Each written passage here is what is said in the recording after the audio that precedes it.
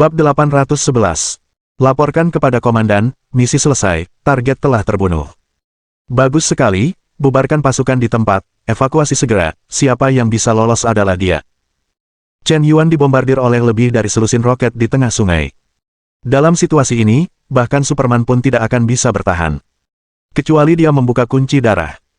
Doomsday Reincarnation memimpin pertempuran dari jarak jauh dan tidak pernah muncul dari awal hingga akhir. Dia tidak menyangka tugas ini akan lebih mudah dari yang dibayangkan. Benar saja, agen-agen top yang dilatih oleh Skeleton Society tidak boleh diremehkan. Dengan jaringan 50 agen top, ditambah senjata berat dan kejutan, bahkan aku pun tidak bisa lolos. Sayang sekali, masih banyak rahasia yang tersimpan di dalam dirinya, dan aku belum sempat menggali semuanya. Perilaku melanggar hukum agen-agen Amerika di Shanghai ini dengan cepat membangkitkan kemarahan militer. Segera, pasukan militer mendukung Modu, dan helikopter bersenjata mereka ditembak jatuh di tempat. Lebih dari 30 agen tewas di tempat. Selusin agen yang tersisa dengan cepat bersembunyi di kerumunan dan menghilang. Kota sihir diblokir. Darurat militer dimulai. Dampak insiden ini benar-benar sangat buruk. Menggunakan senjata berat seperti itu di kota sungguh melanggar hukum. Semua ini harus diselidiki sampai tuntas. Siapa yang memanipulasi semua ini di balik layar? Siapa saluran yang bertanggung jawab menyediakan senjata? Apa tujuan agen-agen yang bersembunyi di Tiongkok ini? Harus diselidiki. Jangan pernah membiarkan siapapun lolos. Namun, agen-agen yang dilatih oleh para penjahat ini semuanya telah dicuci otak. Mereka tidak takut mati dan setia kepada organisasi. Begitu identitasnya terungkap dan dia tertangkap, dia langsung meminum racun dan bunuh diri. Tidak ada cara untuk menangkapnya hidup-hidup. Namun, dampak dari masalah ini baru saja dimulai. Di tepi sungai Huangpu, beberapa netizen menggunakan ponsel mereka untuk merekam video Tuan Yan melompat ke sungai, termasuk adegan di mana dia dibom sampai mati oleh lebih dari selusin roket. Dan diunggah ke internet. Seluruh jaringan heboh. Banyak netizen mendiskusikannya dengan hangat. Popularitas diskusi video tersebut langsung meroket. Bos Yan, apakah Anda meninggal? Bagaimana mungkin? Suami saya tidak akan meninggal, saya tidak percaya. Sepertinya Tuan Yan benar-benar terbunuh. Menurut laporan berita resmi, Tuan Yan diserang oleh organisasi teroris di Hotel Regal pagi ini. Mereka mengejarnya sampai ke sungai Huangpu. Pada akhirnya, dia tetap tidak selamat. Tim penyelamat militer tiba di lokasi kejadian dalam 2 menit, tetapi sudah terlambat. Tuan Yan masih sangat muda, dan dia sangat berbakat. Mengapa dia meninggal di usia muda? Benarkah Tuhan iri pada bakat? Tuan Yan, kau meninggal dengan begitu menyedihkan. Banyak netizen yang benar-benar merasa sangat kasihan. Yan selalu memiliki begitu banyak uang dan begitu banyak wanita, dia tidak punya waktu untuk menikmatinya, jadi dia meninggal begitu saja. Hal yang paling menyakitkan dalam hidup adalah uang masih ada, tetapi orang-orang telah tiada. Pada saat yang sama, beberapa netizen merasa senang. Lalu kenapa jika Tuan Yan begitu kaya? Bukan berarti dia belum pernah hidup melewati usia 22 tahun. Pikirkan saja, meskipun aku juga berusia 22 tahun, 3.000 yuan sebulan memang agak sedikit, tapi aku masih hidup. Hatiku tiba-tiba menjadi lebih tenang. Dalam sekejap, sudah pukul 10 pagi. Chen Yuan baru saja bangun dari tempat tidur. Hari baru telah dimulai. Bagi seorang pengangguran seperti Chen Yuan, bangun pagi adalah hal yang mustahil. Berbaring dan tidur larut adalah kehidupan normal. Dia tidak perlu pergi bekerja. Hanya memikirkan pengeluaran uang setiap hari, kehidupan yang hampa dan membosankan seperti ini benar-benar melemahkan semangat. Aku tidak tahu apakah Wang Chai sudah mengembangkan gamenya. Kakak masih menunggu pertempuran tim 1000 orang. Tuan, gamenya sudah dikembangkan. Tetapi jika Tuan ingin gamenya berjalan lancar, dia masih perlu mempromosikan game dan menarik pemain untuk bergabung. Di telepon, suara Wang Chai tiba-tiba terdengar. Kecerdasan buatan memang ada di mana-mana. Apakah gamenya dikembangkan secepat ini? Ya, Tuan, sudah ada template data siap pakai untuk permainan makan ayam. Anda hanya perlu menyalinnya dan meningkatkan permainan untuk menyelesaikannya. Bagi Wang, itu bukan hal yang sulit. Pada saat yang sama, permainan yang direvisi akan memiliki persyaratan yang sangat tinggi untuk peralatan pemain, jika tidak, permainan tidak akan dapat berjalan normal. Selain itu, jika permainan berskala besar semacam ini ingin menyebar ke seluruh dunia, sehingga pemain dari seluruh dunia dapat memainkannya secara bersamaan, dan menyinkronkan transmisi data global, persyaratan kecepatan jaringan akan sangat tinggi. Mungkin perlu untuk meningkatkan stasiun pemancar sinyal ke 6G. 5G belum sepenuhnya populer. Agak sulit untuk langsung beralih ke 6G. Saya khawatir akan sulit untuk mencapainya dalam waktu dekat. Chen Yuan menggelengkan kepalanya. Sejauh ini, 6G hanyalah sebuah konsep. Transmisi sinyal 5G sudah sangat kuat, dan kecepatan penjelajahan web sangat cepat. Video apapun dapat diputar dalam hitungan detik. Jika mencapai kecepatan 6G, saya khawatir bumi akan benar-benar menjadi desa global. Internet dapat digunakan untuk membuat semua manusia di seluruh dunia tidak memiliki jarak. Pada saat itu, mungkin akan terjadi perubahan yang sangat besar. Dampak jaringan 6G dapat memicu serangkaian reaksi berantai. Tuan, jaringan 5G juga dapat mendukung permainan pertempuran tim 1000 pemain, tetapi fenomena pembekuan dan penurunan frame tidak dapat sepenuhnya diatasi. Tidak apa-apa, selama Anda bisa bermain, kami tidak bisa meminta terlalu banyak. Kata Chen Yuan dengan santai. Hah. Membangun stasiun pangkalan jaringan 6G sepertinya proyek yang menghabiskan banyak uang. Investasinya besar, pendapatannya kecil, dan untuk saat ini belum ada keuntungan. Ini hanya menghabiskan uang. Bahkan negara mungkin tidak mampu mendukung proyek yang menghabiskan banyak uang seperti itu, tapi aku bisa. Jika kau menunggu negara membangun stasiun pangkalan 6G, mungkin butuh puluhan tahun, dan aku akan memulainya langsung, dan itu mungkin akan menghabiskan banyak uang. Gollum. Gollum. Tepat ketika Chen Yuan tenggelam dalam pikirannya. Perutnya tiba-tiba berbunyi. Aku sedikit lapar, ayo turun dan makan sesuatu. Chen Yuan bangkit, berdentang, mencuci muka, menggosok gigi, mencuci rambut, dan mengeringkan rambutnya. Setelah menyelesaikan semua itu, berpakaian dan turun ke bawah. Saat ini, seluruh Hotel Regal telah dikepung oleh polisi. Kafetaria juga telah menjadi tempat pengambilan sampel untuk pengumpulan bukti. Di antara mereka ada seorang agen wanita yang ditembak mati oleh jarum yang berterbangan. Polisi sedang menyelidiki identitasnya. Tim forensik juga memeriksa tubuhnya. Qin Wushuang, Ye Han, Qin Qian, Ximen Nana, Ximen Tingting, berkumpul pagi ini. Aku terkejut dengan berita ini. Tidak, aku tidak percaya, aku sama sekali tidak percaya. Sebelum jasad Chen Yuan ditemukan, tidak ada yang bisa mengatakan bahwa dia sudah mati. Kata Qin Wushuang sambil menangis. Kakak, tenanglah, Chen Yuan benar-benar mati, tubuhnya telah hancur berkeping-keping, bagaimana mungkin jasadnya bisa ditemukan. Saat Chen Yuan turun ke bawah, dia tiba-tiba mendengar suara anak kecil Qin Wufeng, yang sepertinya mengutuknya sampai mati, dan langsung menjadi marah. Bagaimana kau bicara, nak? Siapa bilang aku sudah mati? Chen Yuan berdiri sambil mengumpat. Bab 812. Melihat Chen Yuan menyelinap keluar dari kerumunan seolah-olah tidak ada orang lain di sana. Qin Wufeng tercengang. Mata semua orang terbelalak. Mereka semua menatap Chen Yuan dengan bodoh. Tercengang, terpaku. Ini, bagaimana mungkin, Tuan Yan tidak mati? Mungkinkah laporan resmi salah? Tidak ada alasan. Aku menyaksikan Tuan Yan dikejar dan dibunuh, dan dia ditembak beberapa kali. Sepertinya dia tidak mati karena dia mengenakan baju besi. Pada akhirnya, dia melompat ke sungai Huangpu dan dihujani roket. Membunuh, mungkinkah Yan selalu gagal dalam teknik cloning? Kau terlalu banyak menonton Naruto, bukankah kau punya banyak bayangan? Ini sangat aneh. Jika Tuan Yan tidak mati, lalu siapa yang hancur berkeping-keping di sungai Huangpu? Mungkinkah itu saudara kembar Tuan Yan? Chen Yuan, kau belum mati, kau benar-benar belum mati, syukurlah, aku tahu, kau tidak akan mudah mati. Qin Wushuang memeluk Chen Yuan dengan mata berkaca-kaca. Ye Han awalnya berencana untuk bergegas menghampirinya, tetapi Qin Wushuang melangkah lebih dulu. Dia masih lebih bijaksana. Ada apa? Siapa yang menyebarkan rumor bahwa aku telah meninggal? Chen Yuan, ini adalah video berita yang beredar di internet. Video itu menunjukkan kau dikejar dan dibunuh oleh teroris. Menurut rekaman CCTV Hotel, kau muncul di kafetaria lantai 3 sekitar pukul 7, dan kemudian bertemu dengan banyak teroris. Pada akhirnya, kau melompat dari lantai 3 untuk melarikan diri, mengendarai Porsche 911, dan melarikan diri sampai ke sungai Huangpu, tetapi kau tetap tidak selamat dari bencana itu. Ye Han mengambil ponsel dan meletakkan layar video di depan Chen Yuan.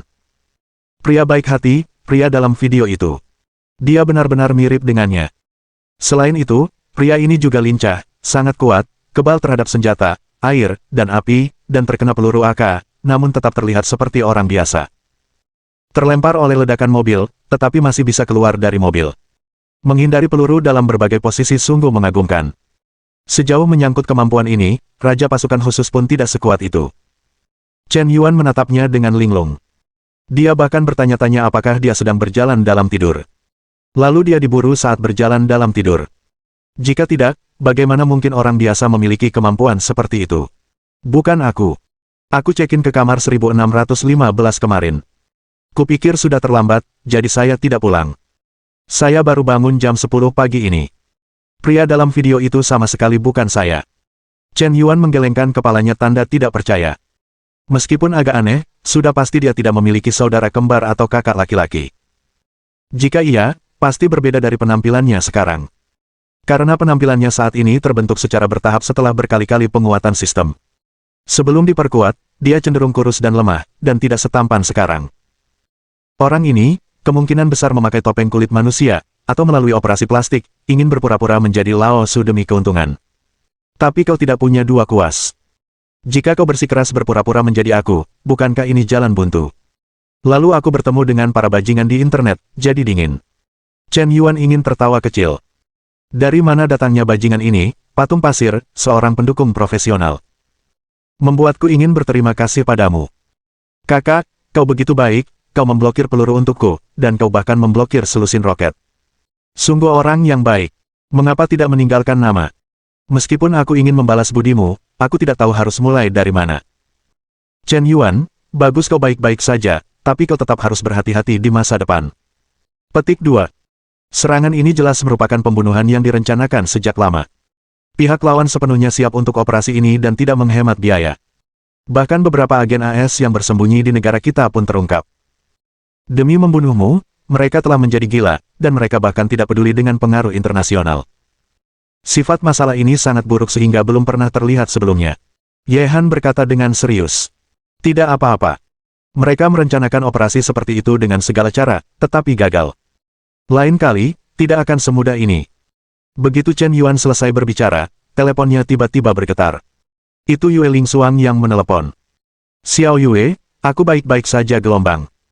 Bos, aku baru saja melihat berita di internet dan berpikir, wow. Terdengar suara tercekat di telepon. Tidak apa-apa, itu semua hanya rumor. Chen Yuan menghibur dengan lembut. Aku baru saja menutup telepon kakak Xiao Yue. Detik berikutnya, Lin Ziluo menelepon lagi. Tidak apa-apa, Luo, jangan menangis, kakak baik-baik saja, ada rumor di mana-mana di internet. Bagus, Meng, kakak Chen Yuan belum meninggal. Kakak, berita ini benar-benar menakutkan. Chen Yuan belum menghibur Lin Ziluo dan Wang Meng dengan baik. Zhao Yuqi menelepon lagi. Ia menjawab telepon tanpa henti, dari pukul 10.30 pagi hingga 12 siang. Qin Bingsui, Xiao Ruoyu, Gao Suanyin, Zhou Ruoxi, Su Lele, He Ziying, Chu Yumo, dan bahkan superstar internasional Della Hathaway yang berada jauh di Yanjing juga menelepon Chen Yuan. Selain itu, Ketua Seoul Pharmaceutical Group, Liu Wenze, Wakil Presiden, Zhang Haotian, Direktur. Yang Xichen, blogger internet terkenal, pendiri Tongzi Culture Media Company. He Sifan dan lainnya juga menelepon Chen Yuan. Pak Chen, bisakah kau menenangkan pikiranku, nak? Kau tidak tahu betapa bodohnya aku saat melihat berita ini pagi ini. Perusahaan langsung mengadakan rapat darurat, yang hampir menyebabkan gempa bumi berkekuatan. Keluh Liu Wenze di telepon. Oke, ini benar-benar hanya salah paham. Ini hanya insiden olong. Cepat sebarkan berita untuk mengklarifikasi rumor. Ponselku hampir meledak. Chen Yuan menutup telepon dari Liu Wenze. Segera memposting di lingkaran pertemanan. Aku tidak mati, aku hidup dan sehat, tolong berhenti meneleponku. Tak lama kemudian, Big Chat, Fox Sound, Kap, Slowhand, Weibo, dan banyak platform online lainnya mengklarifikasi bahwa kematian Yan hanyalah insiden olong. Termasuk pejabat Feidun Capital, yang mengeluarkan pernyataan di internet, bahwa pria yang dibom di Sungai Huangpu bukanlah Tuan Yan sendiri. Begitu berita ini keluar, sekali lagi jaringan Huaxia meledak. Seluruh jaringan gempar. Bagaimana mungkin kita membunuh orang yang salah? Doomsday Samsara melihat berita di ponselnya, meremas sedikit dengan jarinya, dan langsung membuka sebotol Coca-Cola. Chen Yuan ada di kamar 1615, tidur sampai jam 10 pagi ini. Setelah melihat berita ini, dia hampir memuntahkan seteguk darah di tempat. Kali ini, organisasi tidak ragu-ragu membayar harga yang sangat mahal untuk membunuh Chen Yuan. Banyak agen elit yang terungkap dan dibunuh di tempat. Untuk membunuh Chen Yuan, terjadi keributan sebesar ini. Pada akhirnya, anak ini benar-benar berbaring di tempat tidur dan tertidur. Begitu banyak agen elit, bukankah pengorbanan mereka sia-sia? Lalu siapa sebenarnya yang kita bunuh? Mungkinkah Chen Yuan sudah mengetahui rencana kita sebelumnya, jadi dia mengatur pengganti sejak lama, tetapi mengapa pengganti itu memiliki keterampilan yang begitu hebat? Bab 813. Kekuatan yang ditunjukkan oleh Chen Yuan palsu ini tidak jauh berbeda dengan kekuatanku, tetapi di tangan Chen Yuan yang asli, apakah orang seperti itu hanya umpan meriam? Mata Doomsday Reincarnation tiba-tiba menjadi sangat suram. Perasaan yang diberikan Chen Yuan padanya benar-benar tak terduga. Bukan hanya kekuatan lawannya yang lebih unggul, tetapi bahkan IQ-nya telah mencapai tingkat yang menakutkan. Betapa bijak dan mendekati monster. Tidak mungkin mendapatkan kesempatan seperti ini untuk kedua kalinya. Sekarang militer Huaxia telah sepenuhnya memberlakukan darurat militer, agen rahasia yang telah bersembunyi selama bertahun-tahun telah terungkap, banyak jalur penyelundupan senjata rahasia telah dihancurkan, dan kontrol senjata menjadi lebih ketat. Jika ingin membunuh Chen Yuan dengan paksa, itu sudah tidak realistis. Baru setengah jam yang lalu, Doomsday Reincarnation baru saja melaporkan berita tentang keberhasilan membunuh Chen Yuan kepada pimpinan organisasi. Pada akhirnya, kurang dari setengah jam kemudian, dia ditampar di muka. Dengan mengorbankan lebih dari 30 agen elit, hanya satu orang palsu yang terbunuh. Raja pembunuh nomor 1 di dunia. Kau sepertinya bercanda. Tak lama kemudian, telepon dari Tuan X berdering. Ada apa? Kenapa terjadi kesalahan besar seperti ini? Maaf, Tuan, saya ceroboh kali ini. Saya tidak pernah menyangka akan ada pengganti yang identik, dan kemampuan lawan memang luar biasa. Ini membuat saya semakin yakin bahwa dia adalah Chen Yuan sendiri. Baiklah, mari kita lanjutkan sesuai rencana semula. Karena kau tidak bisa membunuh dengan paksa, organisasi tidak bisa memberimu kesempatan kedua, kalau tidak aku tidak akan mampu menahan tekanan opini publik internasional. Baik, Tuan. Kali ini misi gagal, saya harus mengingatkan Tuan bahwa mungkin ada hantu di dalam organisasi. Kalau tidak, mengapa Chen Yuan memprediksi rencana pembunuhan yang telah dipersiapkan dengan cermat ini sebelumnya? Karena dia telah mengatur pengganti sebelumnya, itu berarti dia sudah memahami rencana kita. Doomsday Samsara melaporkan dengan wajah serius. Begitu kata-kata ini keluar, Tuan X mengerutkan kening. Jika bahkan perkumpulan tengkorak dan tulang pun ditanam oleh Chen Yuan sebagai hantu, maka ancaman dari orang Tiongkok ini terlalu besar. Sudah sampai pada titik di mana ia harus diberantas. Pertanyaannya adalah, sepertinya sekarang ia tidak bisa diberantas. Baiklah, saya telah memahami situasinya.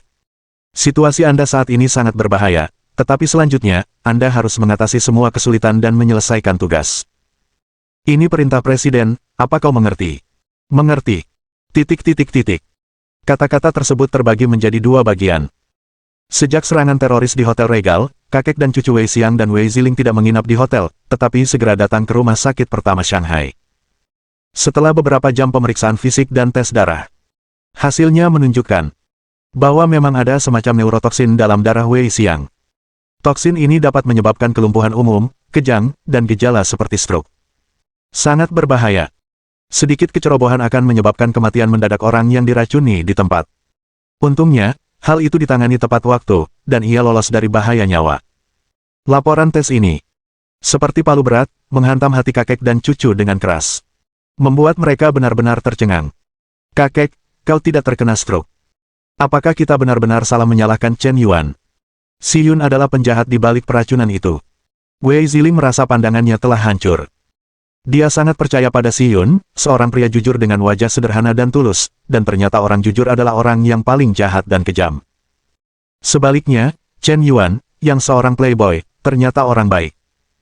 Ya, bahkan aku tidak menyangka murid Tuan Bei Chen melakukan hal yang begitu hina. Aku akan menelepon Si Yun, dan aku ingin bertanya mengapa dia berbohong padaku. Untungnya, aku menganggapnya sebagai pahlawan besar, dan dia memang orang seperti itu. Wei Ziling dengan marah mengeluarkan ponselnya dan menelepon Si Yun. Nomor yang Anda hubungi sementara tidak tersedia, silakan coba lagi nanti. Petik 2. Aku tidak bisa terhubung, sepertinya dia merasa bersalah, mungkin dia melarikan diri karena takut melakukan kejahatan. Wei Ziling semakin kesal. Pada saat yang sama, ada sedikit rasa bersalah di hatinya. Dia sepertinya memang salah paham tentang Chen Yuan. Mereka mengingatkannya bahwa keluarga Wei mereka tidak hanya tidak menghargainya, tetapi bahkan saling mengucapkan kata-kata kasar. Sekarang setelah kupikir-pikir, memang benar seekor anjing yang menggigit Lu Dongbin, yang tidak tahu bagaimana bersikap baik. Kakek, sepertinya aku telah berbuat salah pada orang baik. Aku harus meminta maaf kepada Chen Yuan, tetapi kudengar dia tampaknya telah tewas dibom di Sungai Huangpu. Apakah aku tidak punya kesempatan untuk meminta maaf kepadanya? Aku benar-benar tidak bermaksud begitu. Ketika Chen Yuan diburu pagi itu, aku masih berpikir dalam hati, berharap dia akan terbunuh, tapi aku benar-benar tidak menyangka Tuhan akan begitu efektif. Dia benar-benar terbunuh. Kakek, aku orang jahat, aku membunuh Chen Yuan, wow. Saat mengatakan ini, gadis kecil Wei Ziling benar-benar menangis. Dia bahkan mengungkapkan beberapa pikiran jahat di dalam hatinya. Rasanya Chen Yuan meninggal karena kutukannya sendiri. Gadis bodoh, kau pasti akan membuat beberapa kesalahan dalam hidupmu. Jika kau tahu kesalahanmu, kau bisa memperbaikinya. Tidak ada yang baik dari itu. Kita seharusnya meminta maaf kepada Chen Yuan, tetapi bukan urusanmu jika dia diburu. Tapi, dia diburu karena kutukanku. Gadis kecil, kau penggemar Tuan Yan, kan? Berita tadi sudah mengklarifikasi bahwa Tuan Yan tidak meninggal, dan dia masih hidup dan sehat.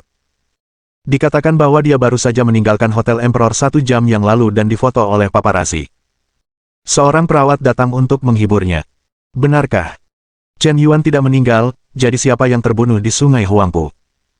Aku tidak tahu tentang ini, tapi polisi sudah mengevakuasi mayat sepanjang pagi, tapi mereka belum menemukan apapun. Alasan utamanya adalah ledakannya terlalu dahsyat saat itu. Selusin roket menghantam secara bersamaan, bahkan pagar pembatas di tepi sungai pun roboh. Ada juga sejumlah besar ikan yang mati akibat ledakan, yang tubuhnya sudah hancur berkeping-keping sejak lama. Selain itu, mayat ikan-ikan itu hanyut terbawa arus sungai, dan mereka sama sekali tidak menemukan apapun. Sangat sulit bagi polisi untuk mengekstrak DNA, dan itu akan menjadi teka-teki tanpa kepala. Wei Ziling. Tingkat kesukaan plus 10. Wei Ziling. Tingkat kesukaan plus 10. Wei Ziling. Tingkat kesukaan plus 10. Tingkat kesukaan saat ini minus 30 poin. Setelah mengetahui kebenaran masalah ini, tingkat kesukaan Wei Ziling meningkat 30 poin berturut-turut. Tapi pada intinya, dia masih sangat membenci Chen Yuan. Hanya karena dia orang baik tidak meniadakan fakta bahwa dia bajingan. Wei Ziling selalu membenci Raja Laut Bajingan seperti ini. Itu tidak akan berubah sepenuhnya karena satu insiden. Aneh, mengapa gadis kecil bermarga Wei ini tiba-tiba meningkatkan popularitasnya sebanyak 30 poin. Mungkinkah Tuan Wei telah menyelesaikan pemeriksaan fisiknya? Sekarang kau akhirnya mengenali wajah asli Si Yun, kan? Tunggu sebentar, Si Yun sepertinya menghilang. Chen Yuan mengerutkan kening. Dia mengingat kembali rekaman video pengawasan barusan. Chen Yuan palsu dalam video itu tampaknya memiliki perilaku yang sangat aneh sebelum diserang. Dia mengambil garpu baja di atas meja dan berjalan menuju Wei Lao yang baru saja keluar dari lift. Tujuannya sangat jelas. Dia tidak memakan sedikit pun sarapan yang baru saja diletakkan di meja. Melihat Tuan Wei, dia mengambil garpu baja dan bergegas mendekat. Untuk apa ini? Dia jelas memiliki niat membunuh. Dia ingin membunuh Tuan Wei. Jika Tuan Wei dibunuh oleh Chen Yuan palsu di depan umum, maka semua orang akan menyalahkan saya.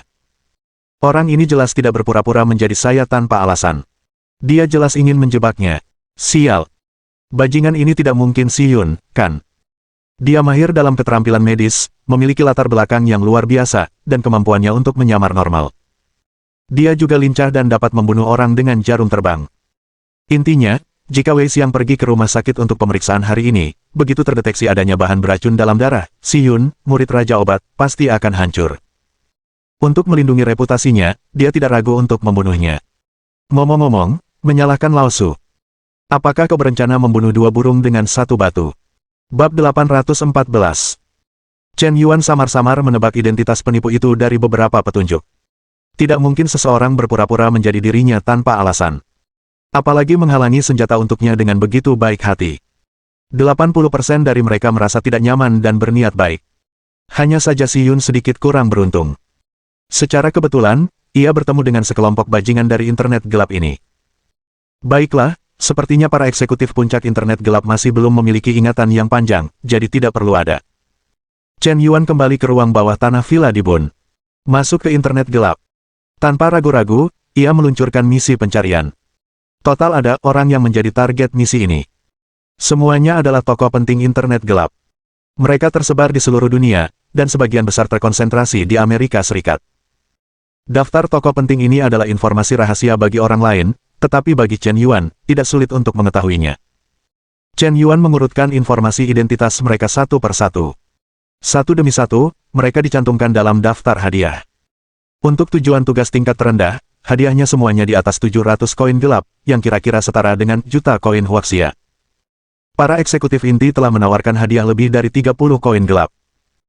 Adapun Tuan X, pemimpin jaringan gelap, Chen Yuan langsung memberinya paket 500 juta mata uang gelap, dengan hadiah lebih dari 1 miliar koin Huaxia, sekitar juta dolar AS. Total 107 tugas hadiah. Semuanya misi pembunuhan dengan hasil tinggi.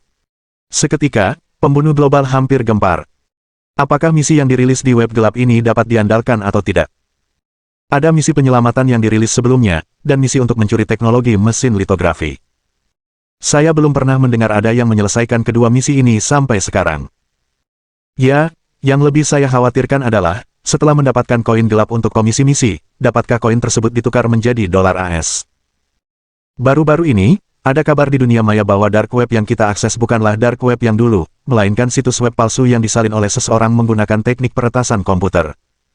Situs itu sama sekali tidak kredibel. Tapi kamu tidak bisa masuk ke dark web masa lalu. Cukup klik tautannya dan kamu akan langsung dialihkan ke situs web ini.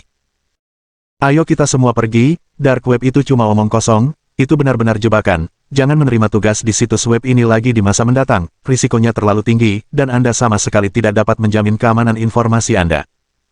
Di forum dark web, tampaknya seseorang mulai menyebarkan rumor. Upaya untuk mendiskreditkan situs web tersebut. Wang Chai, jika Anda melihat komentar seperti itu di masa mendatang, hapus postingan dan segel akun Anda, dan kunci alamat IP-nya untuk mengungkap privasinya. Internet benar-benar ilegal. Apakah Anda pikir saya tidak bisa menghubungi Anda melalui kabel jaringan? Baik, Tuan. Di forum Darknet, beberapa troll muncul, sengaja menyebarkan rumor. Menyebabkan efek negatif tertentu. Tetapi itu tidak dapat menimbulkan banyak masalah. Ada begitu banyak pembunuh bayaran yang tersebar di seluruh dunia. Meskipun beberapa orang berada dalam keadaan menunggu dan melihat, ada juga beberapa pembunuh bayaran yang memilih untuk menerima tugas. Para eksekutif Darknet ini, mereka memiliki organisasi bawah tanah yang besar dan dapat memanggil siapa saja, tetapi identitas mereka seringkali tidak terlihat.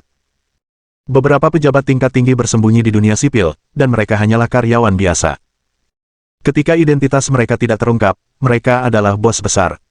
Tetapi begitu identitasnya terungkap, dia hanyalah orang biasa. Hal itu tidak dapat menghentikan gelombang demi gelombang pembunuhan. Tugas tersebut dirilis kurang dari 12 jam yang lalu. 5 pejabat tingkat tinggi di dunia gelap telah dibunuh. Dan si pembunuh juga berhasil menerima komisi misi. Proses peninjauan tugas di dunia gelap jauh lebih cepat dan akurat daripada di dunia nyata. Di California, Amerika Serikat.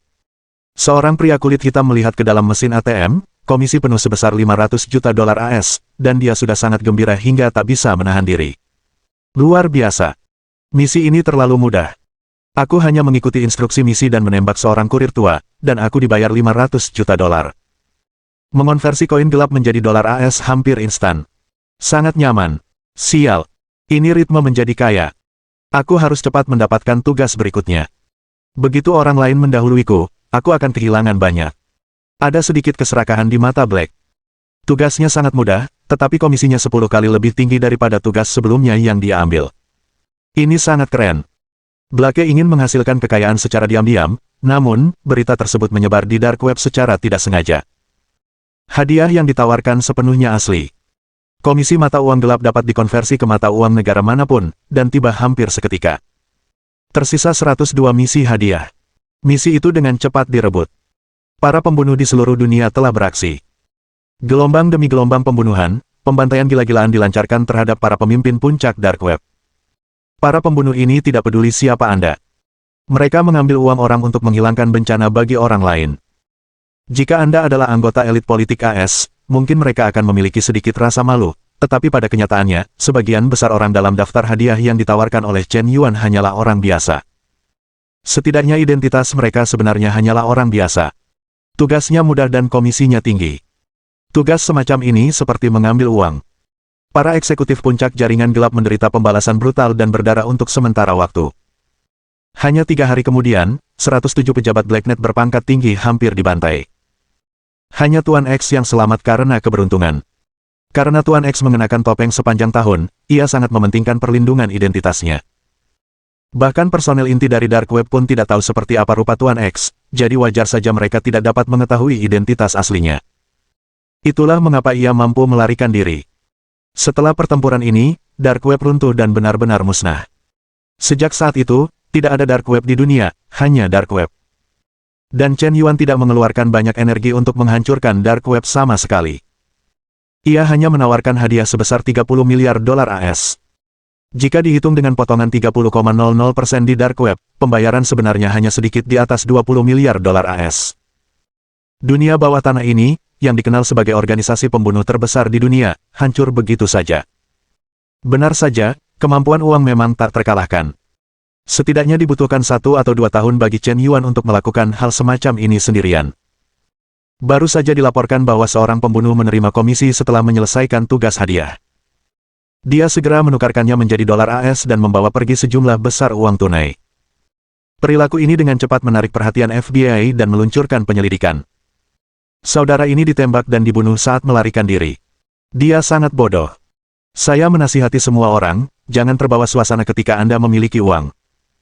Dalam bisnis kita, Anda tidak boleh mengungkapkan identitas Anda, dan Anda tidak boleh menggunakan identitas Anda untuk menarik sejumlah besar uang.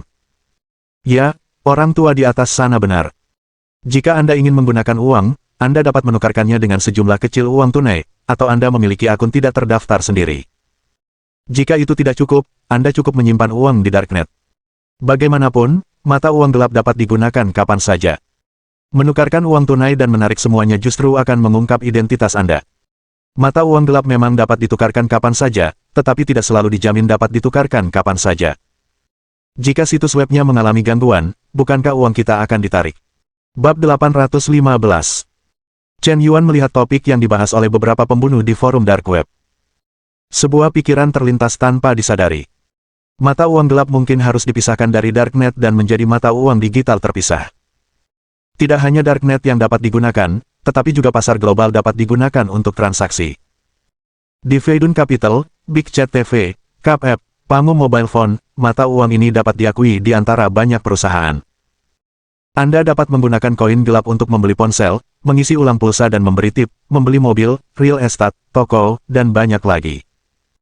Jika mata uang gelap diakui oleh pasar, maka para pembunuh di Dark Web tidak perlu menukarkan mata uang gelap ke mata uang berbagai negara, yang jauh lebih sederhana dan nyaman. Namun, Organisasi Perdagangan Dunia tidak boleh mengakui legitimasi mata uang gelap. Jika saya ingin mata uang gelap diakui, hanya perusahaan saya sendiri yang akan menjadi perusahaan terkemuka dunia dan secara publik mengakui nilai mata uang gelap. Hanya dengan cara ini mata uang gelap dapat secara bertahap dilegalkan dan diakui oleh negara-negara di seluruh dunia. Chen Yuan terkejut. Tepat ketika dia sedang memikirkan cara melegalkan mata uang gelap. Skull and Bones of America. Hampir karena insiden ini, gempa bumi terjadi. Perilaku Chen Yuan hampir menyentuh batas mereka, dan Darknet harus dihukum. CAS mengeluarkan perintah. Organisasi teroris seperti Darknet telah membawa faktor keamanan yang sangat tidak stabil ke seluruh dunia, menyerukan semua negara di dunia untuk bekerja sama memberantas Darknet. Situs web ini dilarang keras dan aktif di jaringan berbagai negara. Polisi internet dari seluruh dunia harus dikirim satu demi satu untuk memburu semua anggota Dark Web dan memusnahkan mereka sekaligus. Dan langsung menunjukkan bahwa markas Darknet mungkin didirikan di Tiongkok. Tiongkok harus menjelaskan masalah ini dan memberikan kompensasi kepada Amerika Serikat atas kerugian ekonomi sebesar 1.000 miliar. Untuk masalah ini, netizen Huaxia sangat marah. Dan langsung menjawab, Anda harus menjelaskan serangan roket yang terjadi di Shanghai beberapa hari yang lalu. Ketika netizen di kedua sisi berdebat, polisi kota ajaib secara tidak sengaja menemukan rompi yang rusak di tepi sungai Huangpu. Bahan rompi ini sangat istimewa. Meskipun terasa lembut, sebenarnya sangat kuat. Sulit dipotong dengan pisau tajam, dan tidak dapat dibakar. Saat terkena benda keras, rompi ini akan otomatis menyusut dan menjadi sangat keras. Rompi ini memiliki tingkat pertahanan yang lebih tinggi daripada pelindung tubuh biasa dan lebih ringan. Barang ini menarik perhatian polisi. Polisi juga bertanya-tanya apakah Chen Yuan, yang ditembak AK dan selamat, mengenakan rompi ini untuk mengabaikan serangan senjata. Jika rompi semacam ini dapat diproduksi massal, pertahanan tentara Tiongkok akan meningkat pesat. Tapi sayang sekali. Menurut pengujian ahli, bahan rompi ini sangat istimewa dan sangat langka. Nilai sebuah rompi mungkin 10 kali lebih mahal daripada membeli sebuah villa di Shanghai. Produksi massal sama sekali tidak mungkin. Dan uang tidak dapat membelinya. Polisi tidak berhak menyita barang berharga seperti itu. Karena ini adalah barang milik Tuan Tembakau, barang tersebut harus dikembalikan kepada Tuan Tembakau setelah pengujian selesai. Pagi-pagi sekali keesokan harinya, Chen Yuan mengeluarkan ponselnya dan menelepon Qin Qian. "Hei, bos, ada yang bisa Anda lakukan untuk saya? Datanglah ke sini besok pagi, saya ada yang ingin saya bicarakan dengan Anda." "Baik, bos, saya akan segera datang." Setelah menutup telepon Qin Qian, Chen Yuan menelepon Yue Ling Xuang lagi. "Hei, bos, ada pesanan." "Xiao Yue, kamu masih di kota sihir sekarang?" "Ya, bos, saya sudah berada di Shanghai beberapa hari terakhir, dan saya baru saja mengambil alih sebidang tanah dari keluarga Li di Shanghai. Tanah ini sangat bagus, dan saya berencana untuk mengembangkannya menjadi markas besar Feidun Capital. Kalau begitu, datanglah besok pagi, saya ada yang ingin saya bicarakan denganmu." "Baik, bos, saya akan segera datang." Kurang dari setengah jam kemudian, Yue Ling Xuang dan Qin Qian tiba di Bun Villa satu persatu. Chen Yuan sedang duduk di kedai kopi. Kedua gadis ini dulunya adalah tangan kanan Li Jiamu, tetapi sekarang mereka semua adalah talenta di bawah-bawahan Chen Yuan. "Bos, apa yang Anda inginkan dari kami?" tanya kakak Xiao Yue terlebih dahulu. "Begini, saya ingin mendirikan departemen game. Game ini sudah dikembangkan. Saya ingin kalian membantu saya mempromosikannya." "Tidak masalah. Star Group sangat ahli dalam produksi dan promosi iklan." Qin Qian mengangguk percaya diri. "Bos, bisakah Anda menunjukkan kepada saya jenis permainan apa ini?" "Permainan makan ayam, coba lihat." Chen Yuan menyerahkan ponselnya, lalu membuka aplikasi game tersebut. Keunggulan terbesar game ini adalah kemampuannya untuk mengakomodasi pertempuran tim hingga 1000 pemain, memungkinkan 1000 pemain memasuki medan perang secara bersamaan. Game ini memiliki persyaratan tinggi pada perangkat keras ponsel. Yue Ling Xuang bertanya dengan penuh pertimbangan. Dengan pengetahuannya tentang bos, pasti bukan tanpa alasan Tuan Yan membuat game ini, dan pasti ada makna yang dalam di baliknya. Game ini sangat menuntut perangkat keras ponsel. Ponsel biasa sulit untuk menanganinya. Meskipun ponsel Apple sangat bagus, ponsel tersebut akan menjadi panas setelah lama bermain game. Ponsel Pangu nomor 6, dengan prosesor chip inti Hongmeng, dilengkapi dengan sistem Pangu, dan memang dirancang untuk game. Bahkan jika dimainkan dalam waktu lama, ponsel ini tidak akan menjadi panas. Saat tidak bermain game, nilai merek ponsel Apple pasti lebih tinggi. Pada titik ini, ponsel Pangu tidak dapat bersaing. Tetapi jika benar-benar membandingkan fasilitas perangkat keras dan pengalaman bermain game skala besar, ponsel Pangu dapat sepenuhnya mengalahkan Apple. Terutama game pertempuran tim hingga 1000 pemain. Perangkat keras ponsel ini sedikit lebih rendah. Dengan fasilitas perangkat keras yang sama, ponsel Pangu nomor 6 hampir menjadi yang termurah di pasaran. Bos sedang membuat rencana. Sejak peluncuran ponsel Pangu 6, volume penjualannya tidak bagus. Dibandingkan dengan nilai merek kelas atas, tidak sebagus Apple. Sangat memalukan. Namun, ponsel ini menggunakan bahan perangkat keras termahal. Harganya 2 atau 3.000 lebih mahal daripada ponsel Apple, tetapi masih lebih murah daripada Apple. Belum ada yang membelinya. Alasan mendasarnya adalah ponsel Apple telah mampu memenuhi semua kebutuhan pengguna dan telah menambah nilai merek. Dibandingkan dengan ponsel Pangu nomor 6, ia tidak memiliki keunggulan sama sekali. Namun, di bidang game, jika game skala besar kelas atas diproduksi dan biaya perangkat keras game meningkat, keunggulan ponsel Pangu 6 akan secara bertahap meledak. Dengan popularitas game tersebut, penjualan ponsel Pangu nomor 6 akan memasuki situasi baru. Untungnya, aku sudah cukup lama bekerja dengan bos, kalau tidak, aku tidak akan bisa memahami motif bos yang jauh jangkauannya. Sesaat, kekaguman Yue Ling Xuang terhadap Chen Yuan melonjak ke tingkat yang tak tertandingi. "Bos, aku mengerti. Bagus kau mengerti. Kau harus memperhatikan masalah ini. Berapapun uang yang kau keluarkan, kau harus menarik cukup banyak pemain untuk menetap," kata Chen Yuan dengan sungguh-sungguh. "Jika tidak ada pemain yang menetap, apakah dia masih akan memainkan permainan ini?" "Baik, bos, saya pasti akan memenuhi harapan Anda." Bab 816. Tapi bos, belakangan ini pengawasan negara terhadap game jauh lebih ketat dari sebelumnya, dan media resmi mengkritik game sebagai obat psikoaktif, produk yang meracuni kaum muda. Dalam lingkungan seperti itu, akan sulit untuk mengembangkan industri game secara pesat. Tidak terlalu bagus. Qin Qian mengemukakan pendapatnya sendiri. Ketika Chen Yuan mendengar kata-kata itu, dia juga mengangguk setuju. Memang tidak baik bagi siswa sekolah dasar untuk bermain game. Bahkan orang dewasa pun tidak bisa mengendalikan hal semacam ini, apalagi anak-anak. Selain itu, ketika anak-anak bermain game, mereka cenderung membuat mata mereka rabun dan memengaruhi kesehatan fisik dan mental mereka. Oleh karena itu, secara ketat ditetapkan bahwa pemain di wilayah Huaxia tidak diizinkan untuk masuk ke dalam game selama akun mereka belum penuh. Sedangkan untuk pemain asing, itu tidak mungkin. Bos, apakah Anda masih berencana untuk mengoperasikan game ini di luar negeri? Qin Qian bertanya dengan heran. Tentu saja, kami orang Huaxia suka bermain game, dan sebagian besar dari mereka adalah remaja. Saya tidak ingin membantai siswa sekolah dasar. Chen Yuan berkata dengan bangga. Tidak mungkin. Qin Qian terdiam sejenak. Bukankah bosnya berkecimpung di industri game untuk menghasilkan uang? Apa hubungannya ini dengan pembantaian anak sekolah? Kata-kata bosnya terlalu sulit dipahami. Cukup untuk masalah ini, cepat promosikan game ini. Jika promosinya sulit, berikan saja amplop merah. Misalnya, dalam pertarungan tim game dengan 1000 orang, tim yang makan ayam di akhir akan langsung memberikan hadiah berupa amplop merah berisi uang tunai 1000 yuan kepada setiap orang. Selain itu, para pembawa acara game di Big Chat TV juga dapat memainkan game ini lebih banyak, sehingga mendapatkan efek ganda. Ketika Qin Qian mendengar ini, dia langsung bingung. Saya belum pernah mendengar bahwa jika Anda memenangkan peringkat 1 dalam bermain game, Anda dapat langsung memberikan hadiah amplop merah berisi uang tunai. Dan jumlah hadiahnya begitu besar.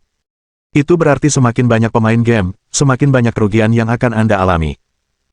Jika jumlah pemain game mencapai puluhan juta, sejumlah besar uang akan hangus hampir setiap menit. Dengan aturan hadiah yang begitu tinggi, berapapun uang yang Anda keluarkan, itu tidak akan cukup untuk menghanguskannya. Yue Lingxuang mendengar kata-kata itu, tetapi matanya berbinar. Luar biasa, bos benar-benar hebat. Anda bahkan bisa memikirkan langkah seburuk itu. Sekarang di bidang game, grup Penguin mendominasi dunia dan tidak memiliki saingan sama sekali. Dengan dominasinya di bidang sosial, hampir semua game di pasaran memerlukan penggunaan akun Penguin untuk masuk. Iklan biasa tidak akan berhasil jika mereka ingin secara paksa bersaing di pasar game yang dikendalikan oleh Penguin. Hanya ada satu cara lain. Membakar uang jelas merupakan cara terbaik. Pertama-tama, game ini memiliki daya main ulang yang sangat kuat, ditambah hadiah amplop merah uang tunai, setara dengan King Boom. Game ini benar-benar melampaui game mobile makan ayam lainnya. Saya memiliki pengalaman bermain game yang Anda miliki. Saya memiliki pengalaman bermain game yang tidak Anda miliki. Yang lebih hebat lagi adalah Anda memenangkan peringkat nomor 1 di game itu, dan Anda hanya mendapatkan hadiah poin. Sedangkan untuk game saya, jika saya memenangkan peringkat nomor 1, saya tidak hanya akan mendapatkan peningkatan skor dan peringkat, tetapi juga amplop merah uang tunai 1000 yuan. Sekilas, ini memang pemborosan uang. Hampir semua operator game tidak tahan. Tapi ini hanya sementara. Jangan lupa, jika game ini bisa cepat populer, penjualan ponsel Pangu 6 juga akan meningkat. Setelah menarik cukup banyak pemain, beberapa skin akan dirilis dan kupon akan dikeluarkan untuk memulihkan darah dengan cepat. Selain itu, wall berasal dari domba. Para pemain yang memakan ayam, setelah menerima amplop merah, mungkin akan langsung membeli skin mereka. Bagaimana mungkin pemain yang bermain bagus tidak membeli skin? Ribuan orang bertarung, ambang batas untuk memakan ayam lebih tinggi, dan permainannya lebih sulit. Jika tidak banyak pemain, Anda tidak akan bisa menghabiskan banyak uang sama sekali. Jika Anda memainkan banyak game dan mencapai level ratusan juta pengguna harian, maka aturan dapat diubah saat itu. Bagaimanapun, setelah pemain terbiasa dengan game ini, bahkan jika tidak ada amplop merah di masa depan, sebagian besar pemain tidak akan pergi karena ini. Mereka akan membuat Chiefess terbaik yang pernah ada. Ding dong, ding dong, ding dong. Tepat ketika saudari Xiao Yue mengambil keputusan sendiri. Tiba-tiba bel pintu berbunyi di luar. Dalam video pengawasan, beberapa polisi tiba-tiba datang ke pintu. Beberapa petugas polisi, ada yang bisa saya bantu? Chen Yuan membuka pintu dan bertanya dengan tenang. Halo Tuan Chen Yuan, kami datang ke sini karena atasan kami meminta kami untuk mengembalikan barang-barang itu. Seorang kapten polisi berkata dengan nada yang sangat sopan. Sikapnya cukup ramah. Baiklah, kalau begitu silakan masuk. Tidak perlu, Tuan Chen Yuan, kami akan segera berangkat. Ngomong-ngomong, saya ingin memberitahu Anda bahwa pemilik Porsche 911 baru saja melaporkan ke polisi bahwa Anda mencuri mobilnya, dan sekarang mobil mewah ini telah dihancurkan. Menurut penyelidikan polisi, meskipun situasi saat itu mungkin menyebabkan keadaan darurat, tetapi mencuri mobil di jalan sudah melanggar hukum pidana. Saya sarankan Anda bernegosiasi dengan pemilik mobil secara pribadi dan membayar sejumlah kompensasi. Chen Yuan terdiam. Kapan dia mencuri mobil orang lain? Pasti Si Yun yang bergegas ke jalan untuk melakukannya. Masalah pembunuhan Tuan Wei tidak berhasil menjebaknya, dan masalah pencurian mobil di jalan malah dibebankan padanya. Sialan. Baik, Pak Polisi, saya akan memberikan kompensasi kepada pemilik mobil untuk masalah ini. Chen Yuan tidak membantah, dan langsung mencatat masalah tersebut.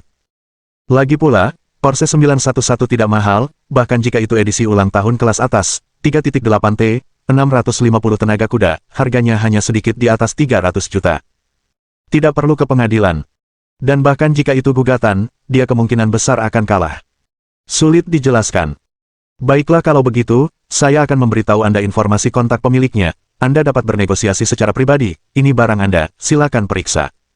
Oke. Chen Yuan mengangguk. Dia mengambil sebuah paket dari seorang petugas polisi. Sedikit penasaran, apa isinya? Atribut. Pertahanan plus 100. Pengantar, mengenakan barang ini di tubuh host dapat meningkatkan kekuatan pertahanan sebesar 100 poin, melindungi bagian vital host dan dapat menahan peluru penembak jitu. Terkejut. Chen Yuan benar-benar terkejut. Dia benar-benar tidak menyangka akan ada kejutan yang tak terduga seperti ini. Mungkinkah alasan Si Yun kebal, mengabaikan peluru AK, adalah karena dia mengenakan baju zirah ulat sutra ini? Bagus sekali, aku tidak punya peralatan seperti itu. Lagi pula, aku tidak punya latar belakang, tidak punya pendukung, dan tidak punya apa-apa selain uang. Ada seorang ahli pengobatan misterius seperti Si Yun. Benar-benar banyak hal baik. Kehilangan Porsche 911, mendapatkan baju zirah ulat sutra, tidak ada ruginya. Bos, serahkan masalah kompensasi padaku, kata Yue Lingsuang dengan proaktif. Bab 817. Di Bandara Magic City. Sebuah pesawat pribadi dari Las Vegas diam-diam kembali ke rumah. Pramugari, Xiaoli, berjalan keluar bandara seperti bintang yang memegang bulan. Sekelompok awak kabin mengikutinya dengan penuh hormat. Meskipun dia hanya seorang pramugari. Tetapi di Las Vegas, dia adalah nyonya dewa judi yang terkenal. Dia adalah wanita nomor 1 dewa judi dunia, Huang Batian. Dia memiliki puluhan ribu anak buah. 30 kasino, 50 hotel bintang 5, 6 hotel bintang 7, 3 perusahaan sekuritas, 12 pabrik, dan 3 perusahaan merek mewah. Karena Huang Batian, dewa judi, Shenlong melihat awal tetapi tidak melihat akhir. Oleh karena itu, pramugari Xiaoli menjadi juru bicara dewa judi. Di Las Vegas, dengan mengandalkan otoritas dewa judi, dia telah menjadi salah satu nama besar di Las Vegas. Sebelum dan sesudah perjalanan, pasti ada pengawal yang mengikutinya. Bahkan gubernur pun memiliki hubungan yang setara dengannya. Saat itu, dia baru saja keluar dari bandara Hongqiao Shanghai. Aku tak bisa menahan perasaan benar dan salah di hatiku. Pacar Xiaoli, atau sudah lama menunggu di bandara. Dan dia mengendarai Maserati. Lily, akhirnya kau pulang. Kenapa kau pergi ke luar negeri begitu lama kali ini? Atau ingin memeluknya, tetapi Xiaoli mendorongnya menjauh. Jangan begitu, terlalu banyak orang di bandara. Lily, senang kau pulang. Lihat, aku juga baru beli mobil baru, Maserati Presiden, harganya 180 juta. Pacar Xiaoli, jelas-jelas pamer. Di usia semuda itu, dia sudah mengendarai mobil mewah seharga jutaan dolar. Bahkan di Shanghai, dia masih termasuk dalam level anak muda berbakat. Oh. Xiaoli mendengus, tetapi tidak ada respons. Jika sebelumnya, dia mungkin akan dengan gembira memeluk pacarnya dan menciumnya dengan penuh gairah. Tapi sekarang pandangannya telah berubah drastis. Apalagi Maserati, bahkan jika kau menaruh Bugatti di depannya, dia sama sekali tidak akan tertarik. Melihat kurangnya ketertarikan Xiaoli, atau tidak mengatakan apa-apa. Tapi tetap sangat antusias. Xiaoli hari ini luar biasa cantik, dan sepertinya ada sentuhan keanggunan pada tubuhnya, yang membuatnya semakin terpesona. Bahkan jika sikapnya sedikit dingin, itu tidak masalah. Mungkin karena mereka sudah lama tidak bertemu, dan keduanya sedikit kaku. Lily, aku sudah beli 2 tiket bioskop. Ayo nonton film malam ini. Filmnya dibintangi Yan Zong dan Gao Suanyin. Film ini sedang sangat populer, hampir meledak di kalangan teman-teman. Kudengar pendapatan box office-nya sudah melebihi 90 miliar, diperkirakan dalam beberapa hari lagi, pendapatan box office film ini akan melebihi 100 miliar. Apakah itu dibintangi Tuan Yan? Xiaoli awalnya tidak ingin menonton film itu. Ketika mendengar Chen Yuan yang berperan, dia langsung tertarik. Kecuali dia dan kru, hanya sedikit orang yang tahu bahwa Huang Batian, dewa judi dunia, adalah Chen Yuan sendiri. Pria ini sangat berbakat. Berjudi memenangkan 500 miliar dolar AS dan menjadi penjudi nomor 1 dunia. Dia membuat film biasa dan menjadi aktor miliarder. Sungguh luar biasa. Bahkan Wu Teng, aktor miliarder, disebut aktor miliarder karena banyaknya pujian dari mulut ke mulut. Hanya dengan satu film karya Chen Yuan, dia langsung dinobatkan sebagai kaisar. Sungguh berlebihan. Meskipun masih kurang 1 miliar dari pendapatan box office 100 miliar, tetapi dengan popularitas film ini saat ini, menjadi aktor miliarder sudah pasti. Namun, Yan Zong bernilai triliunan, dan reputasi seperti itu hanyalah pelengkap baginya. Orang yang paling beruntung adalah Gao Xuanyin. Dengan karya yang bisa disebut mitos box office, itu adalah fondasinya. Dia langsung dipromosikan dari artis gosip tanpa mahakarya sedikit pun menjadi aktris miliarder. Bahkan Xuanyin Film and Television Group telah menjadi perusahaan impian banyak artis. Oke, ayo kita nonton film. Lily mengangguk. Naik. 1 jam kemudian, keduanya sampai di bioskop. Atau, apakah ada berita tentang Tuan Yan akhir-akhir ini? Atau gosip? Xiaoli bertanya dengan linglung. Gosip, saya tidak tahu banyak tentang ini, tetapi memang ada insiden baru-baru ini yang menimbulkan sensasi. Saya dengar teroris menyerang perusahaan tembakau di Hotel Regal, dan bahkan menggunakan helikopter bersenjata dan roket. Sungguh menakutkan. Pada akhirnya, Tuan Yan lolos tanpa cedera. Mengapa Tuan Yan diserang teroris? Ada berbagai pendapat di internet, tetapi seorang blogger internet terkenal, Keyboardman, telah memberikan analisis yang masuk akal. Menurut rumor, Presiden Tembakau telah menginvestasikan banyak uang dalam penelitian dan pengembangan teknologi mesin litografi, dan di berbagai negara di seluruh dunia, personel penelitian dan pengembangan teknologi ilmiah bergaji tinggi dipekerjakan. Teknologi mesin litografi akan segera membuat terobosan. Amerika Serikat ingin mencekik teknologi kita, jadi serangan bersenjata dilancarkan terhadap Tuan Yan. Ini juga salah satu alasan mengapa banyak netizen mendukung film Tuan Yan. Lily mengangguk. Pacarnya, atau, dengan santai menceritakan rumor di internet. Lagi pula, cerita ini sangat jauh dari mereka. Tapi Xiaoli tidak bisa menahan diri. Dia sudah lama tenggelam dalam fantasi nyonya dewa penjudi. Bagi pria seperti Chen Yuan, semua yang dia lakukan memiliki makna yang luar biasa. Hanya di sisinya seseorang dapat melihat dunia yang lebih luas. Dan atau, sebenarnya, aku tidak ingin mengecewakannya, tetapi kali ini aku melihatnya, aku benar-benar sepertinya tidak memiliki perasaan apapun padanya. Sebuah film, ditonton selama 2 jam. Dalam film itu, kemampuan akting Chen Yuan yang sangat eksplosif membuat jantung Xiaoli berdebar lebih kencang, dan dia tidak bisa menahan diri. Bahkan air mata mengalir tanpa sadar. Sepertinya aku benar-benar jatuh cinta pada bosku. Apakah ini perasaan mencintai seseorang dengan dalam? Untuknya, aku bisa memberikan segalanya, bahkan jika aku tidak punya apa-apa, itu tidak masalah. Cinta sejati tak ternilai harganya. Tapi atau, mungkin aku tidak pernah mencintainya. Meskipun dia memperlakukanku dengan sangat baik dan memiliki kondisi yang bagus, aku benar-benar tidak menyukainya. Mungkin, aku seharusnya mengungkapkannya lebih awal. Tepat ketika Xiaoli menangis terseduh-seduh. Atau memberikan serbet. Seka air matamu. Kemampuan akting Yan Zong dan Gao Xuanyin benar-benar bagus, dan ada begitu banyak peran pendukung yang membuat orang bersinar. Tidak heran box office film ini sangat tinggi. Atau, ayo putus, kata Xiaoli tiba-tiba. Begitu kata-kata itu keluar, atau langsung terkejut. Ada sesuatu yang tidak jelas. Mengapa perpisahan itu terjadi tanpa peringatan? Kenapa? Apa aku melakukan kesalahan? Aku akui selama perjalanan bisnismu, Lily, aku mungkin tidak selalu memperhatikan perasaanmu, tapi aku juga punya pekerjaan. Kamu seharusnya bisa mengerti aku. Kenapa kita putus? Kenapa? Kamu tidak melakukan kesalahan, hanya saja aku tidak mencintaimu lagi, ya sudah. Xiaoli berjalan keluar dari bioskop. Hanya seorang pria yang menangis yang tersisa di teater itu. Kakek, aku benar-benar tidak menyangka Chen Yuan, yang begitu pekerja keras, akan membintangi film sebagus ini, yang hampir membuatku menangis, kata Wei Ziling dengan mata merah di sebuah teater mewah pribadi. Mungkin pemuda ini pernah mengalami hubungan yang tak terlupakan.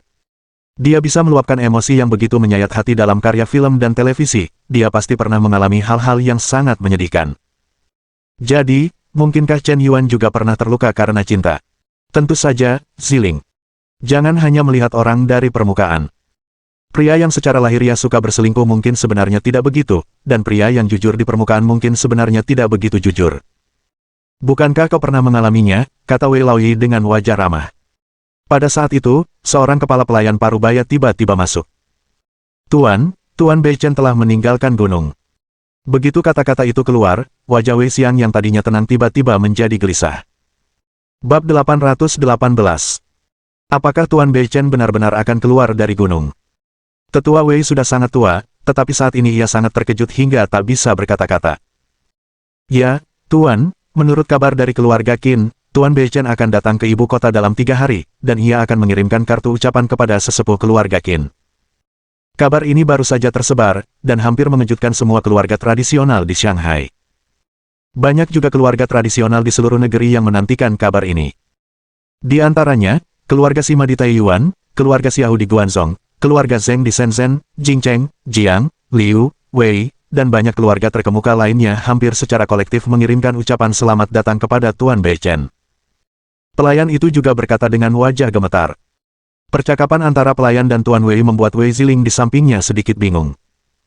Kakek, dari mana asal-usul Tuan Beichen ini? Mengapa semua orang tampaknya sangat menghormatinya, tetapi aku sepertinya belum pernah mendengar tentang orang ini. Wajar kalau kau belum pernah mendengarnya. Dulu, ketika Tuan Beichen begitu berkuasa di daratan, bahkan aku hanyalah boneka kecil yang bermain kecap. Dalam sekejap mata, lebih dari 60 tahun telah berlalu, dan separuh kakiku telah melangkah ke dalam peti mati. Tuan Beichen masih hidup, betapa tak terbayangkannya itu. Konon, Raja Tabib ini dapat menyembuhkan semua penyakit, bahkan penyakit mematikan pun dapat disembuhkan oleh tangannya, dan dapat membantu orang memperpanjang hidup. Selalu ada desas-desus di sungai dan danau. Konon, Raja Tabib Beichen akan keluar dari gunung setiap 20 tahun sekali, mencari orang-orang dengan hubungan yang telah ditakdirkan di dunia, dan mengumpulkan ramuan berharga untuk lembah Raja Tabib. Sebagai imbalannya, Raja Pengobatan akan memperpanjang hidupmu selama 10 tahun, bebas dari penyakit dan bencana, dan sebagai juru bicara Raja Pengobatan, kamu akan mendapatkan persahabatan dari semua keluarga. Sulit untuk tidak makmur. Legenda ini sudah ada sejak lama. Dalam beberapa dekade terakhir, ilmu pengetahuan dan teknologi negara kita telah berkembang pesat, fasilitas medis dan fasilitas pendidikan telah meningkat secara bertahap, dan internet telah menyebarkan informasi terlalu cepat. Hanya sedikit orang yang mengingat legenda seperti itu. Orang-orang yang benar-benar mengingat legenda Raja Pengobatan adalah semua anak-anak elit dari keluarga-keluarga besar pada masa itu. Mendengarkan narasi kakek yang samar-samar, Wei Ziling tampak mengerti. Tuan Beichen seharusnya menjadi ahli legendaris yang tak tertandingi.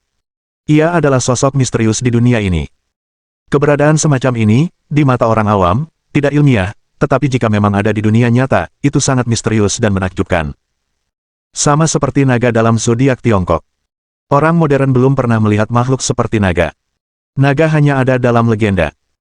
Tetapi mengapa 12 zodiak dan 11 makhluk lainnya nyata, dan hanya naga yang fiktif?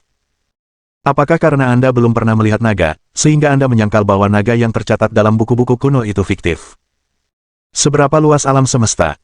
Hanya karena Anda belum pernah melihatnya bukan berarti itu tidak ada. Aku mengerti, kakek. Bagi keluarga besar, orang tua adalah tokoh penting. Misalnya, Li Jiacheng, yang tahun ini berusia lebih dari 90 tahun, pernah menjadi orang terkaya di Asia. Kekayaan bersihnya tidak diketahui, tetapi bahkan jika dia memiliki lebih banyak uang pun, dia tetap tidak dapat melawan penyakit dan penuaan. Bagaimanapun juga, hidup, usia tua, sakit, dan kematian adalah hukum alam.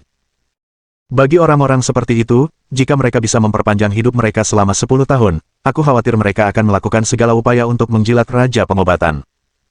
Ini juga alasan mengapa Raja Pengobatan bisa begitu dihormati. Ya, meskipun tidak semua orang bisa disukai oleh Raja Pengobatan, selama Raja Pengobatan Beichen muncul, akan ada banyak keluarga yang akan memperlakukannya dengan sopan. Semakin kaya orangnya, semakin takut mati, begitulah adanya. Wei Xiang menatap cucunya dan menjelaskan dengan penuh kasih sayang. Tapi kakek, apakah Tuan Beichen ini benar-benar orang baik? Muridnya sangat jahat, untuk pamer, dia malah meracuni kakek, lalu berpura-pura menjadi dokter ajaib untuk menyelamatkan orang. Kurasa kakek tidak jauh lebih baik dengan cara yang begitu hina. Kata Wei Ziling dengan tatapan jijik. Jangan bicara omong kosong. Tuan Beichen sangat dihormati, jadi bagaimana mungkin dia dibandingkan dengan penjahat seperti Xiun? Tidak apa-apa jika kau membicarakannya di depanku. Jika orang luar mendengarnya, mungkin itu akan membawa keluarga Wei pulang. Ayo. Tapi kakek, apakah hanya masalah Xiun meracunimu? Penjahat Xiun ini sudah melarikan diri karena takut akan kejahatan, jadi tuannya, Tuan Beichen, seharusnya memberikan penjelasan yang masuk akal untuk masalah ini, setidaknya kakek juga harus meminta maaf, kan? Jangan sebutkan masalah ini lagi. 3 keluarga besar Jiang, keluarga Wei, dan keluarga Liu di ibu kota sedang berselisih dengan keluarga Wei saya. Selain itu, dalam 2 tahun terakhir, kekuatan keluarga Wei secara bertahap melemah, dan mereka akan segera diusir dari rumah ke-8 ibu kota kekaisaran.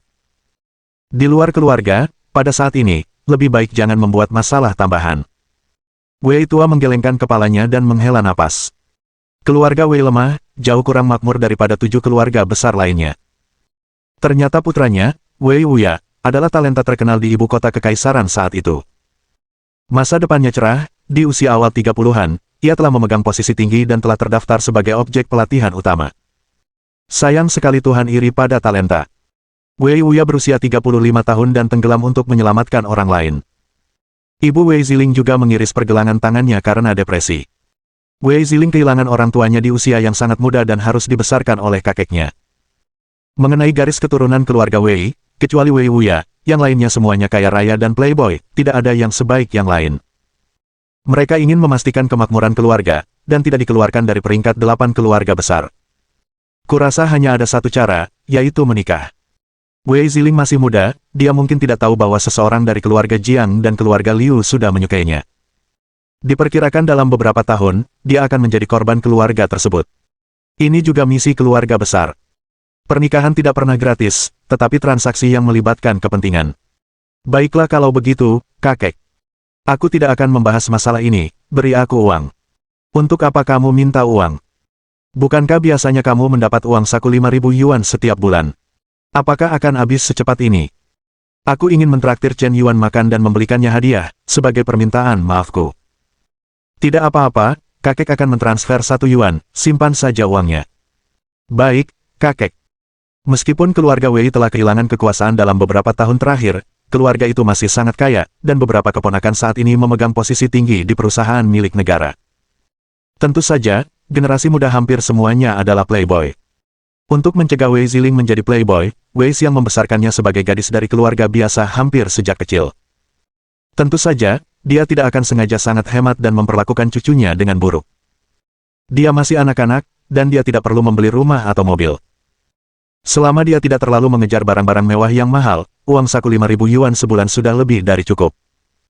Tentu saja, Wei Ziling, sebagai keturunan langsung dari 8 keluarga besar di ibu kota kekaisaran, hanya memiliki uang saku 5.000 yuan sebulan untuk biaya hidup, yang memang agak pas-pasan. Generasi kedua orang kaya lainnya, keluarga manapun dengan kekayaan lebih dari 100 juta yuan, memberi anak-anak mereka uang saku 10 kali lebih banyak daripada dia.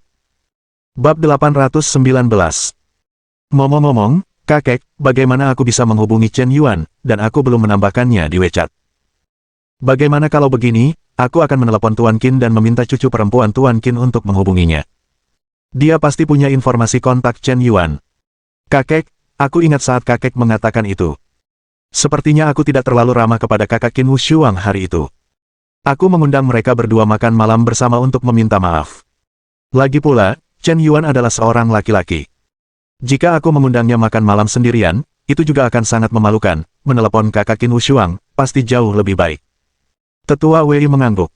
Kemudian dia mengeluarkan ponsel Nokia untuk para lansia dan menelepon Qin Tianfang.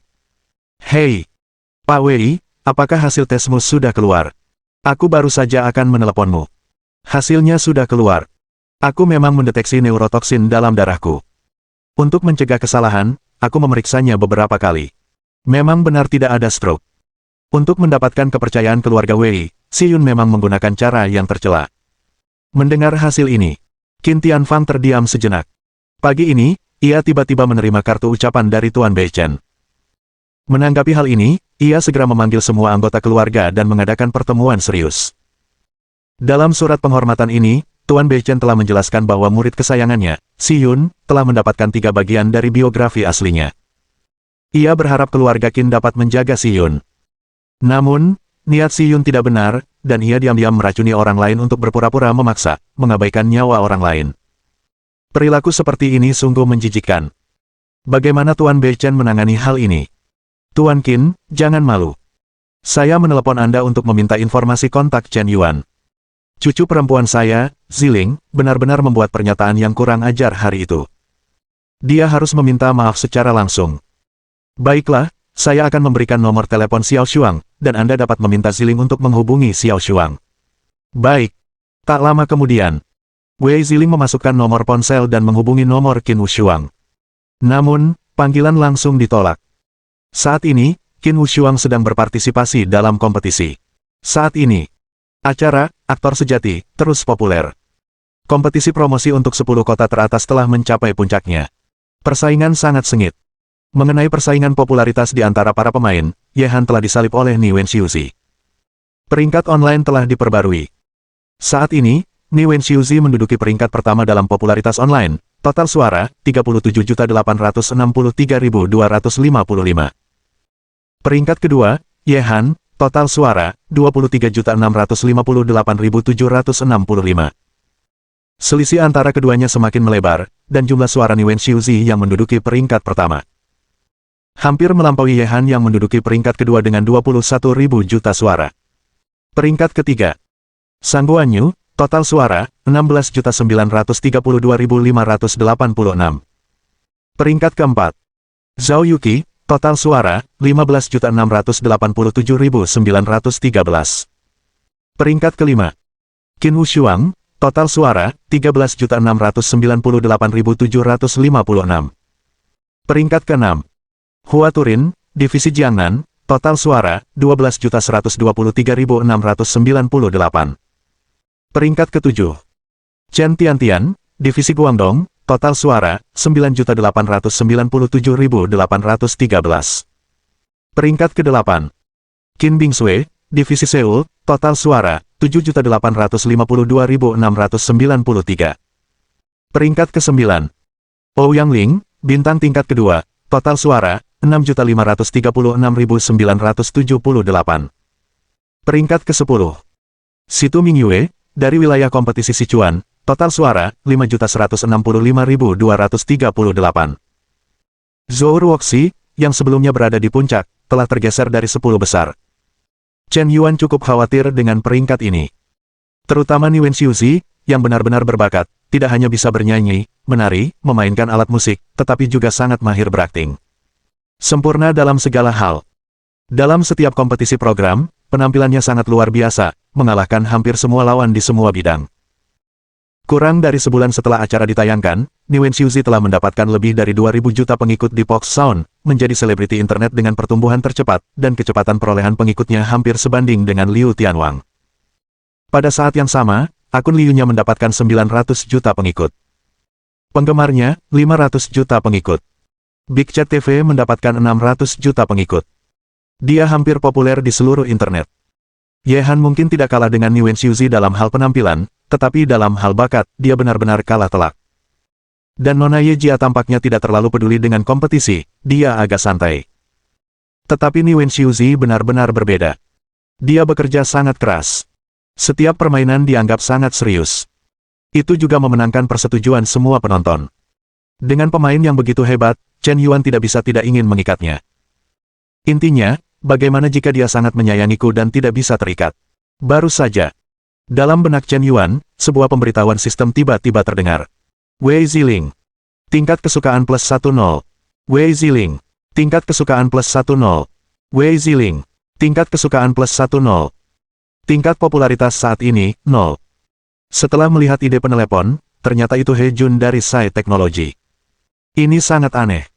He Jun biasanya tidak akan menelepon Chen Yuan secara langsung. Bos, ada sesuatu yang terjadi. Saya ada yang ingin saya laporkan. 1 jam yang lalu, Grup Sansing baru saja mengeluarkan larangan, yang akan memutus rantai pasokan layar ponsel Pangu nomor 6. Memutusnya dan memutusnya. Apakah hanya ada satu keluarga di dunia yang memproduksi layar ponsel? Apa masalahnya?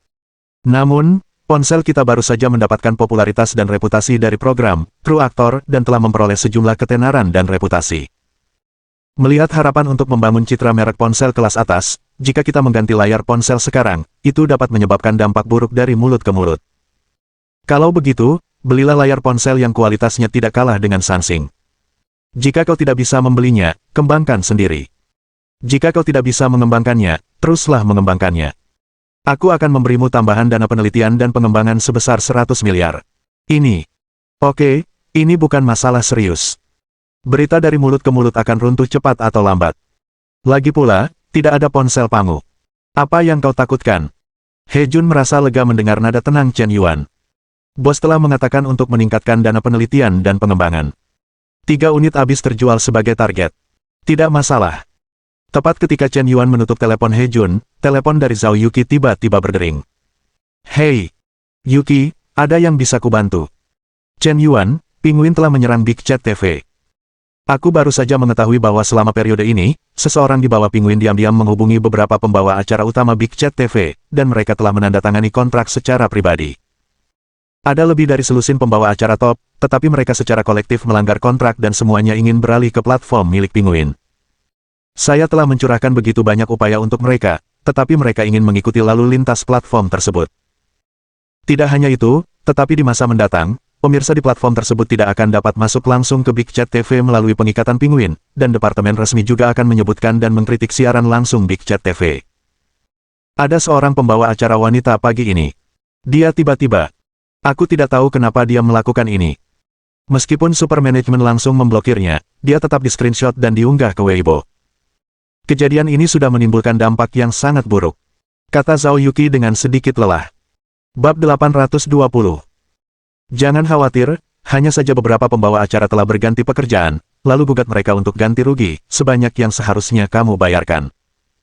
Selain itu, mengenai berita negatif di internet, platform tidak perlu menjelaskan alasan apapun, dan kamu tidak perlu khawatir apakah dia dibeli atau tidak, cukup blokir dia selamanya. Platform memiliki keberanian untuk menanggung kesalahan, dan mencegah kejadian seperti itu terjadi di masa depan. Lalu sumbangkan juta dalam bentuk perlengkapan kepada masyarakat di daerah bencana, dan berjanji bahwa semua pembawa acara Big Chat TV yang melanggar kontrak, dan ganti rugi mereka, semuanya akan disumbangkan kepada masyarakat di daerah bencana. Menghadapi masalah mendesak ini, Chen Yuan tampak tenang. Sambil mengunyah apel, dia menyalakan TV seperti orang biasa. Pikiran Zhao Yuki terangkat. Memang benar, kakak Chen Yuan akan selalu menjadi jarum ajaib di hatiku. Masalah apapun bukanlah masalah di hadapannya. Selama dia ada di sekitar, langit tidak akan runtuh. Perkembangan sebuah perusahaan kurang lebih akan mengalami beberapa kemunduran. Tidak ada jalan yang mulus bagi siapapun.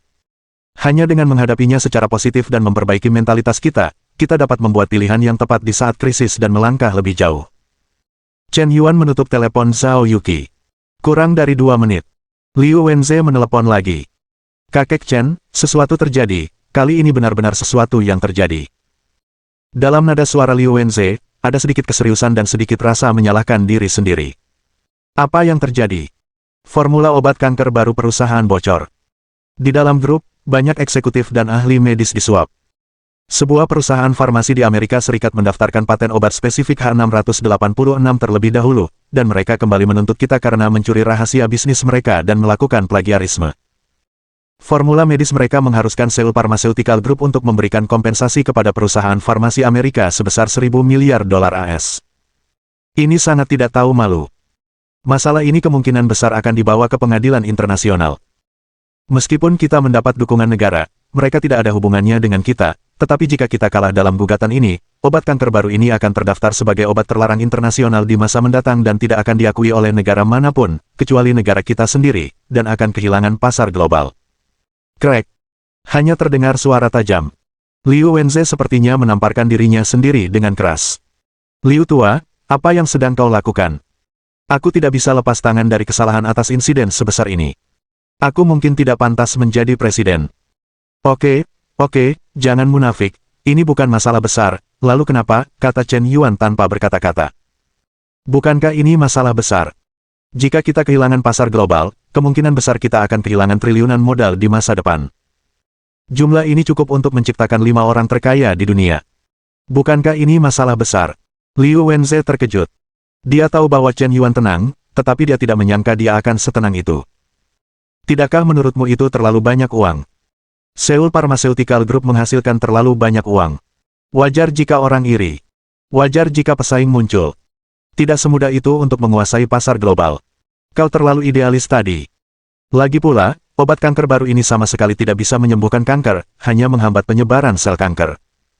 Setelah beberapa waktu, saya akan memberi Anda formula obat baru, yang dijamin lebih kuat dari sebelumnya. Institut Penelitian Farmasi Seoul kita sudah didirikan, kan? Kali ini Anda bereskan grup ini, singkirkan beberapa sampah juga, setelah menyingkirkan ngengat-ngengat ini, bukankah grup ini akan lebih sehat? Mendengar perkataan Chen Yuan, Lao Chen masih ikut campur dalam rasio bayangan ini. Mengapa kemampuan bisnis Lao Chen begitu canggih? Apakah ini agak tidak ilmiah? Dalam ujian masuk perguruan tinggi saat itu, saya mendapat nilai 50 poin lebih tinggi darinya. Secara logis, IQ-nya seharusnya tidak setinggi saya, tetapi mengapa sekarang saya merasa kesenjangan antara saya dan dia semakin besar? Bahkan IQ-nya pun semakin jauh. Saat ini, Chen Yuan. Mengapa berita buruk muncul bersamaan untuk banyak industri di bawah naungannya? Ini jelas-jelas menjadi target. Dan ada lebih dari satu pihak yang mengincarnya. Tepat pada saat ini, di berita TV, muncul berita buruk lainnya. Mengejutkan.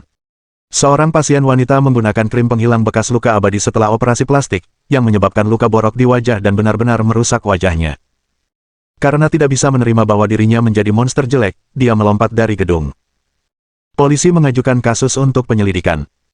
Xiao Ruoyu, penanggung jawab krim penghilang bekas luka Sensian, secara terbuka membantah bahwa ada masalah dengan produk krim penghilang bekas luka Sensian, tetapi malah dihujat. Di platform media sosial seperti Acne, Weibo, dan aplikasi Liu, banyak wanita bersama-sama mengecam, mengatakan bahwa setelah menggunakan krim penghilang bekas luka Sensian, kulit mereka mulai bernanah, dan mereka menuntut ganti rugi dari perusahaan farmasi Ruoyuan. Badan Pengawas Obat dan Makanan FDA mengeluarkan pernyataan. Mereka akan memeriksa kembali sifat produk salep Sensian Kuskar dan meminta agar produk tersebut untuk sementara ditarik dari rak platform e-commerce utama. Setelah melihat berita ini, Chen Yuan tiba-tiba marah. Ini untuk mencemarkan nama baiknya, dan kau bahkan tidak mau memperhatikan intinya.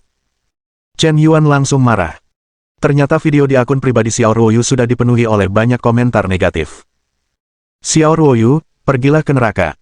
Sialan, kau bajingan jahat, apakah hati nuranimu dimakan anjing hanya demi uang?